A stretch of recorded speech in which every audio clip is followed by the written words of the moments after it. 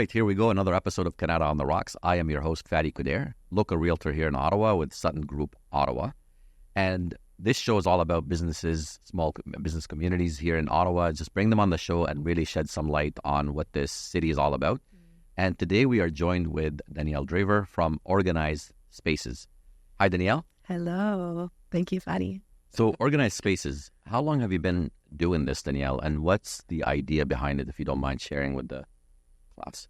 Yeah, absolutely. So I founded Organized Spaces in November of last year, so 2023. And it kind of came about after like a whole journey of moving back to Canada after living abroad for 10 years. But I lived in Asia and I lived in South America in kind of small spaces and had Interesting. I did not know this. But we're going to dig into it a little bit more. Tell me. Yeah. So because I was traveling around and moving to all these different places, I had to carry all of my things from country to country. Yeah. So that limited what I could have. And after 10 years, I found that I was really missing my homeland and my family. So I moved back 2 years ago and was with a new partner. And he was downsizing from quite a large house. And him and I were going to be moving into a converted barn loft situation. So like very small compared to what he was in. And I helped him with decluttering, with packing, with making decisions about what to keep, what was important, what no longer served him anymore. Yeah. And I brought a lot of clarity and I think ease to that and also fun. And he mentioned that I could maybe do that for my job. It sounds like you could be like the hoarder's sort of nightmare. Nightmare or dream. Or dream. See, the one thing about my job is when we're, for example, like we're setting up listing and we're staging it and we're doing all of that stuff. The biggest hurdle we have, with all honesty, is getting the sellers to be in line with us as far as what to give out, what to move, what to completely take away from the property because it doesn't serve the purpose. And a lot of the times I find it's like it creates a bit of tension. So having someone like yourself bringing them into the mix, it just makes a whole other sort of ball game. Like it's just easier for us that way. So you guys, the idea came out, like I said here, it came through you and your partner kind of doing it, and you should have done it for your job, and now it's a job. Tell me a little bit more about the initial sort of phase when you started doing this and how you've been getting clients and what are your sort of the story behind it. Yeah, absolutely. Thanks for asking. Yeah, so I started to just see if I could really do this for a career, if this was something that I enjoyed doing more often. So I started to reach out to any family or friends that I knew could maybe use a little help. Yeah. And so I would go and help them for free, and we would just make a really big difference in their lives, and whether it was one bedroom or like a whole kitchen. And so then I decided I'm going to give this thing a go. And I'm really fortunate that my partner and our housemate are both coaches, and they both launched their own businesses. And so they were able to like help me with setting up a website and all of these like different things that go into creating a business that I didn't know existed. There's a lot that goes through. And then there's one thing that I felt like it's a common theme of almost everyone that I bring on the podcast is that's first initial stage of setting up the business when you have no idea what you're looking, what you're trying to accomplish. You do know sort of like what the end result as far as the product and the service that you deliver. But what goes from this point to that point where the client is really happy, what goes in between is really that biggest issue that most of those businesses are suffering from. Yeah, absolutely. So how did that go for you guys, like setting up the website and all of that? Tell me a little bit more about it. It was really challenging. I think I'm quite a good people person, and technology is something I really struggle with.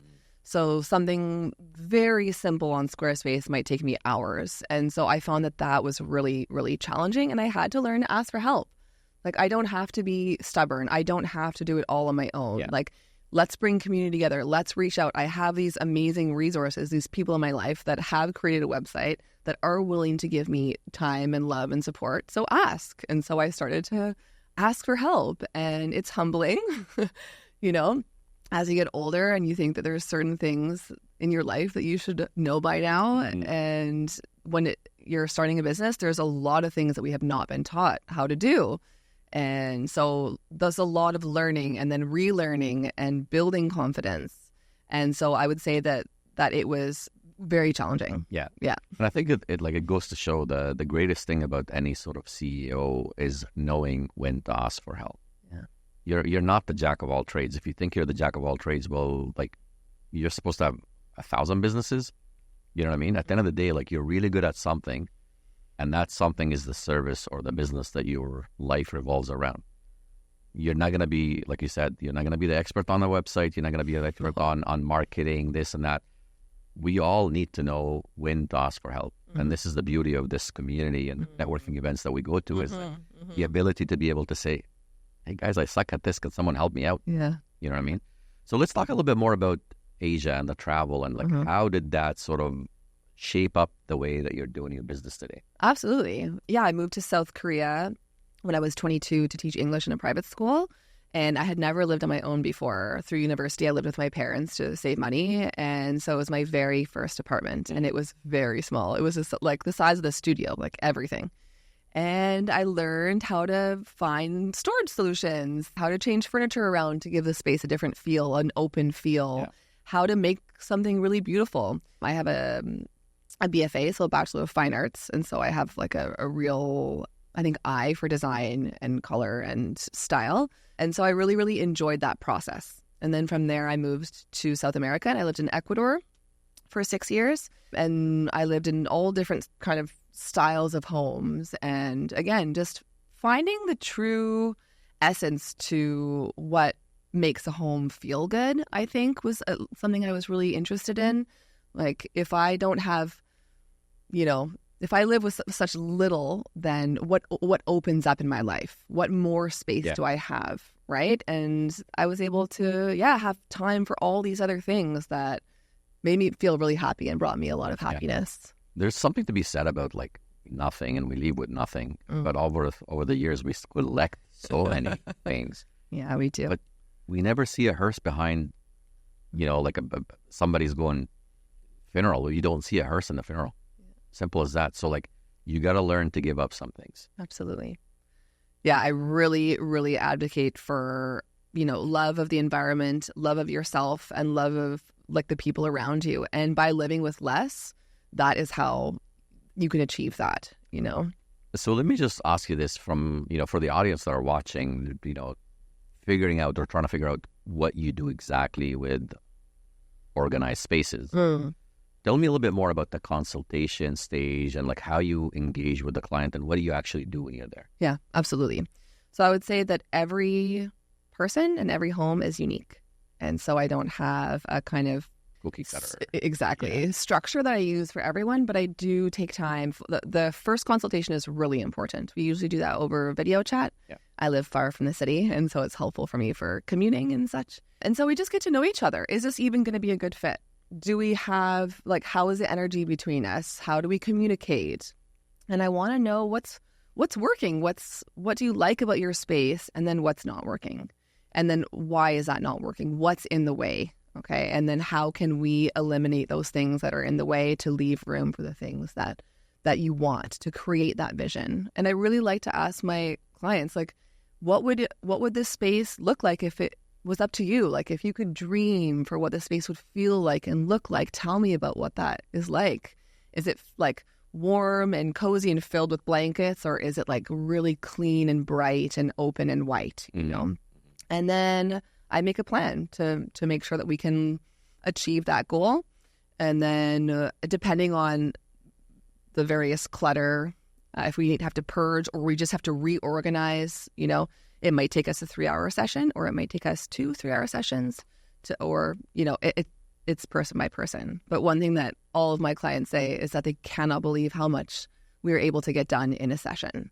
Every single person has always said that. So it's exciting to know what change can happen in just a 3-hour session.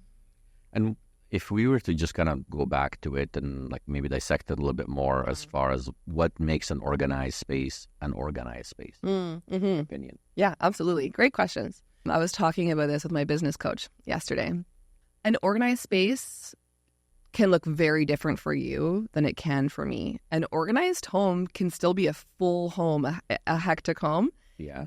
What makes an organized space is that you know where your items are. There is a place for it. you can easily go and retreat and find that and then put it back into its place. So it doesn't have to be Instagram perfect, everything in boxes, everything labeled, minimalistic. That doesn't have to be organized. Organized for you can be different for me.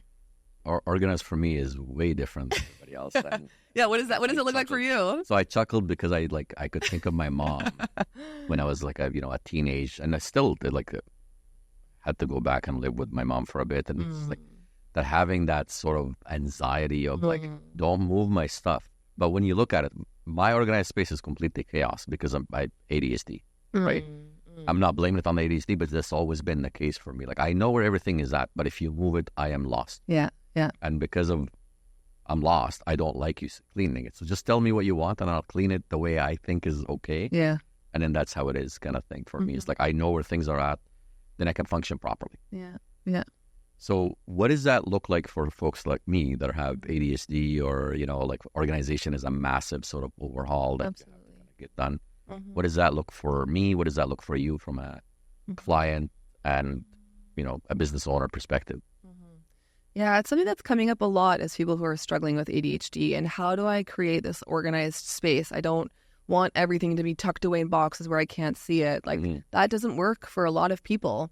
And I think what's helpful is visually being able to see things. Your office, you can clearly see where your scissors are. You can clearly see where your stapler are. They're not tucked away in drawers where you can't find them. It's easy when things are out in the open, but there is a designated place for them. Yeah. They're not just floating around everywhere, but that your scissors and Sharpie go into like maybe one container that's open. This is just a kind of a really basic example, but by tucking and hiding things, that is not creating an organized space. That's just hiding our chaos. Yeah. Like you open drawers and there's so much stuff in there. You're like, it's not really organized. It's just hidden. Yeah. But, for me, I have a junk drawer and I go through my junk drawer once a month to purge it. But I know that there's like going to be a receipt in there that I threw in there. And for me, it's organized in the sense that I know the specific items that go into that drawer. But if you open the drawer, there's not a system in there. But for me, there's a system and I work through that system monthly.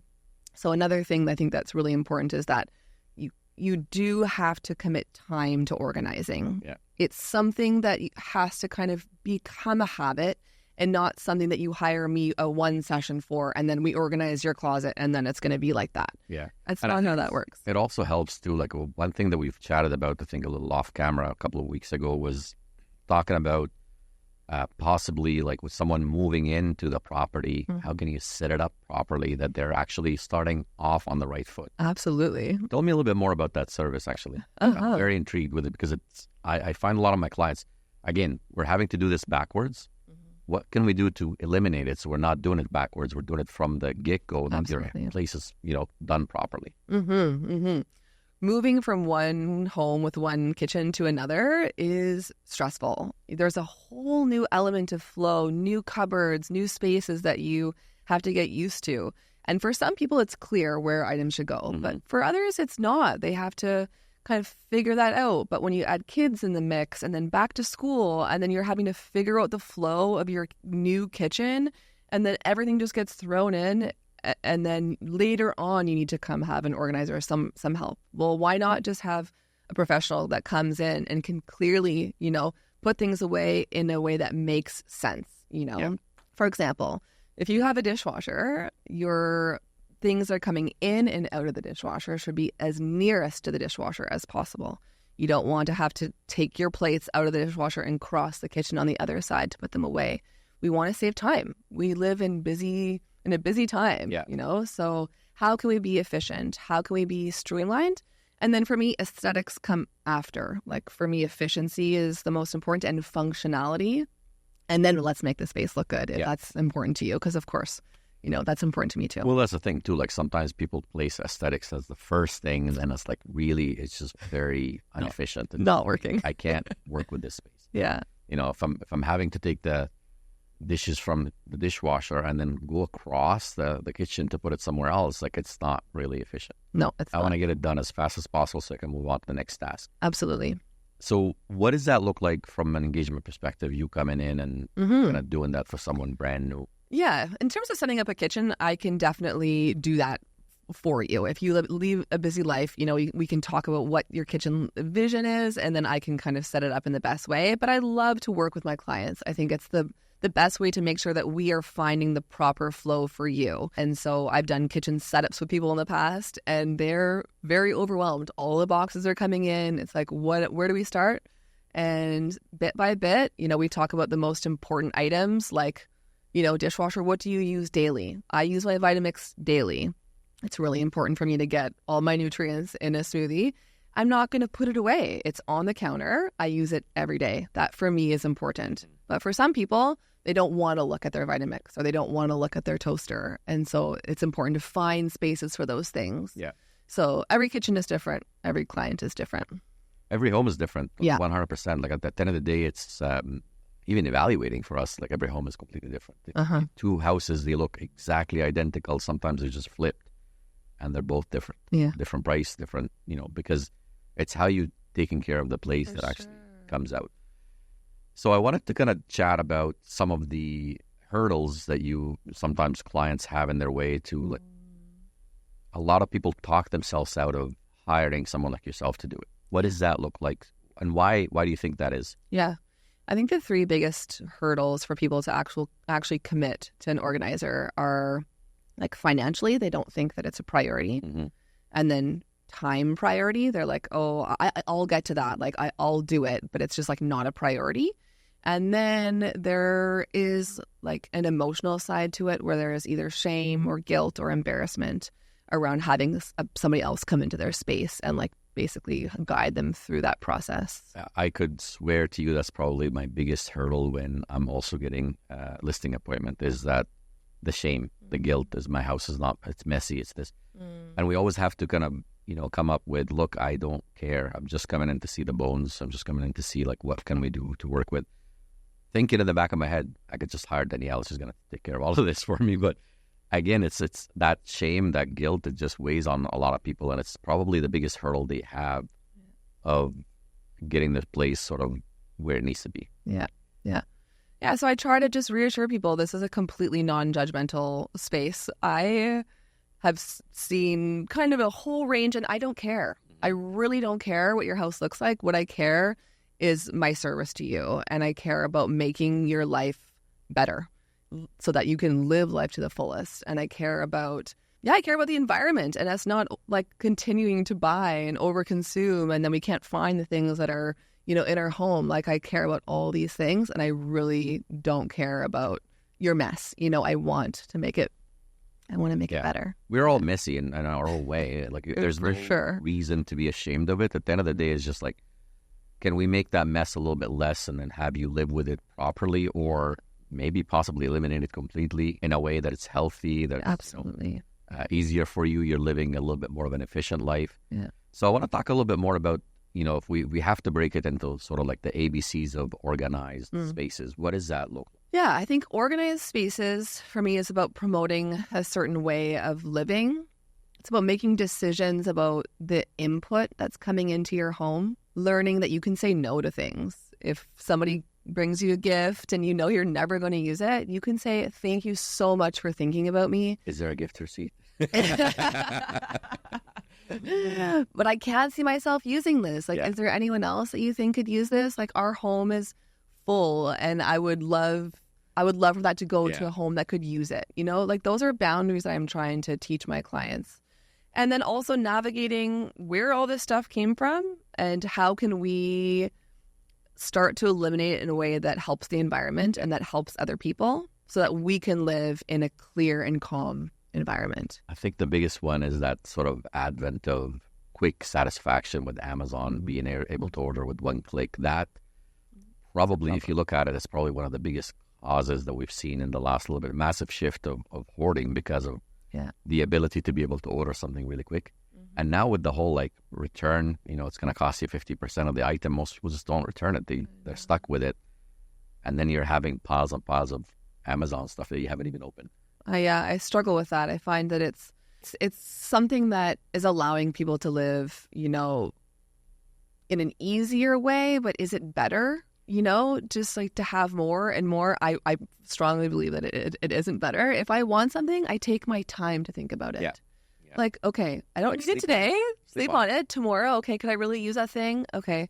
Yeah, is there a way that I can get it maybe at a consignment store, or if it's something that I can ask a friend to borrow maybe if I'm going to a wedding? Do I need to buy that new wedding dress, or can I borrow one from a friend? Like, I'm really trying to help us understand that we don't always need more. We are some sort of like a society of over-consuming, which is unfortunate. But again, it goes back to, like you said, just taking the time and like trying to figure out how we can live without the item. Do we really need it? Could we live without it? Could we do without it? And if we can we eliminate it? You know? And then after, is there a way we can maybe just borrow it, like you said, or just rent it out and then send it back? Yeah. No shame. Something I just found out that I think is so cool. I've always really struggled with Halloween and like buying a costume that I'm just going to wear once. I really don't like it. But I found there's this thrift store downtown called Ragtime, and you can rent any piece of clothing from there. So you could just go and find a fun outfit, rent it, and then bring it back. And it doesn't have to stay this like ridiculous, hideous thing in your closet forever. What are you going to do with this? And that's the thing, like, especially for stuff like Halloween, Christmas outfits that, you know, that ugly sweater that you're going to wear once a year. And like most people, they don't want to wear the same ugly sweater every year. So they'll end up having 6 or 7 ugly sweaters with shade around them. But at the end of the day, like, you're really only going to wear this sweater once a year. Yeah. Does it really make sense for you to purchase it and buy it and like have it sitting on the shelf? And the next thing you know, your closet is overfilled with stuff. It's really big for us too. Like when we're doing staging is like going through and then let people know, like, look, your closet is overflown. If people open it and stuff starts to fall off, that's 2 things. 1, it doesn't look good. And 2, they could hurt themselves. That's dangerous. Then it's my insurance going to have to be paying for it. And I don't want that. I don't want someone opening up and like a box of clothes or a box of like shoes falling on their face. Like, you know what I mean? Like, they're like, oh yeah, that makes sense. Like when you put it in terms that they could understand it, they relate to it a little bit. And then some people get that, you said, the shame, the guilt of like, I just don't want people to look into my stuff. Well, but you're selling your home. Yeah. Like they're going to have to see the closet space. They're going to have to evaluate if this is the appropriate place for them or not. So why don't you just organize it and give it the best shot possible? And this is actually one of the biggest, correct me if I'm wrong on this one, but for us, like, we really struggle with pushing the client to say, like, look, I need you to declutter, I need you to do all of that stuff. And if they don't, it could make it or break it for them for the sale of the house. You know what I mean? And sometimes it's a bit strenuous on that relationship between us as an agent and the seller. So having someone like yourself that could come in and completely impartial, at the end of the day, your job is to organize the space. Yeah. So I think that really helps. Tell me a little bit more of a story about an interesting client that you've got. You don't have to mention names, obviously. You don't want to be shaming anybody here. But something interesting as far as like what you were able to do, how did they perceive it at the beginning? Yeah, absolutely.